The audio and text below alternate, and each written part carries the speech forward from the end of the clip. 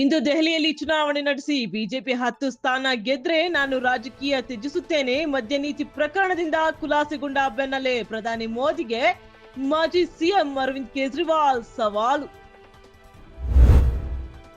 4 ರಾಜ್ಯಗಳ ವಿಧಾನಸಭಾ ಚುನಾವಣೆ, ರಾಷ್ಟ್ರ ರಾಜಕಾರಣದಲ್ಲಿ ಮಹತ್ವದ ಬದಲಾವಣೆಗಳಿಗೆ ಮುನ್ನುಡಿ ಬರೆಯುವ ಸಾಧ್ಯತೆ. ಎನ್ಡಿಎ ಇಂಡಿಯಾ ಮೈತ್ರಿಕೂಟ ಎಚ್ಚರಿಕೆಯಿಂದ ಕಣಕ್ಕಿಳಿಯಲು ನಿರ್ಧಾರ.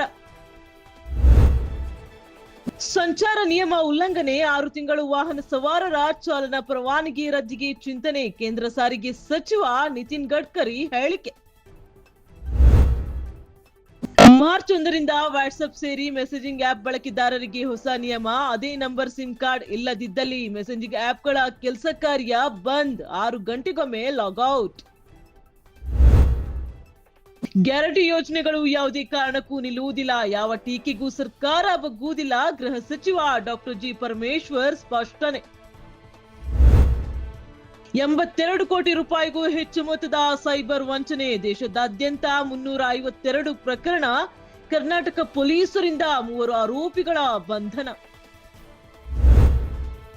ಹುಬ್ಬಳ್ಳಿಯಲ್ಲಿ 5 ವರ್ಷದ ಬಾಲಕಿ ಮೇಲೆ ಅತ್ಯಾಚಾರವೆಸಗಿ ಕೊಲೆಗೈದ ವಲಸೆ ಕಾರ್ಮಿಕನ ಎನ್ಕೌಂಟರ್ ಪ್ರಕರಣ, ನ್ಯಾಯಾಂಗ ತನಿಖೆಗೆ ರಾಜ್ಯ ಸರ್ಕಾರದ ಸಲಹೆ.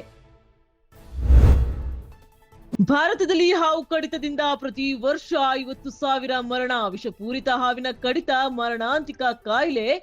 ಆರೋಗ್ಯ ಇಲಾಖೆಯಿಂದ ರಾಜ್ಯ ಕ್ರಿಯಾ ಯೋಜನೆ ಬಿಡುಗಡೆ. ಶಾಲಾ ಪಠ್ಯದಲ್ಲಿ ಹಾವು ಕಡಿತದ ಬಗ್ಗೆ ಮಾಹಿತಿ ನೀಡಲು ಆದೇಶ.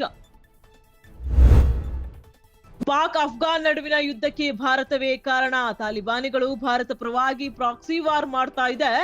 ಭಾರತ ವಿರುದ್ಧ ನಿರಂತರ ಸುಳ್ಳು ಆರೋಪ ಹೊರಿಸುತ್ತಿರುವ ಪಾಕ್. ರಣಜಿ ಟ್ರೋಫಿ ಟೂರ್ನಿಯಲ್ಲಿ ಮಿಂಚುತ್ತಿರುವ ಜಮ್ಮು ಕಾಶ್ಮೀರದ ಆಕಿಬ್ ನಬಿ ಫೈನಲ್ ಪಂದ್ಯದಲ್ಲಿ ಕರ್ನಾಟಕದ ವಿರುದ್ಧ ಪ್ರಥಮ ಇನ್ನಿಂಗ್ಸ್ನಲ್ಲಿ 5 ವಿಕೆಟ್ ಸಾಧನೆ.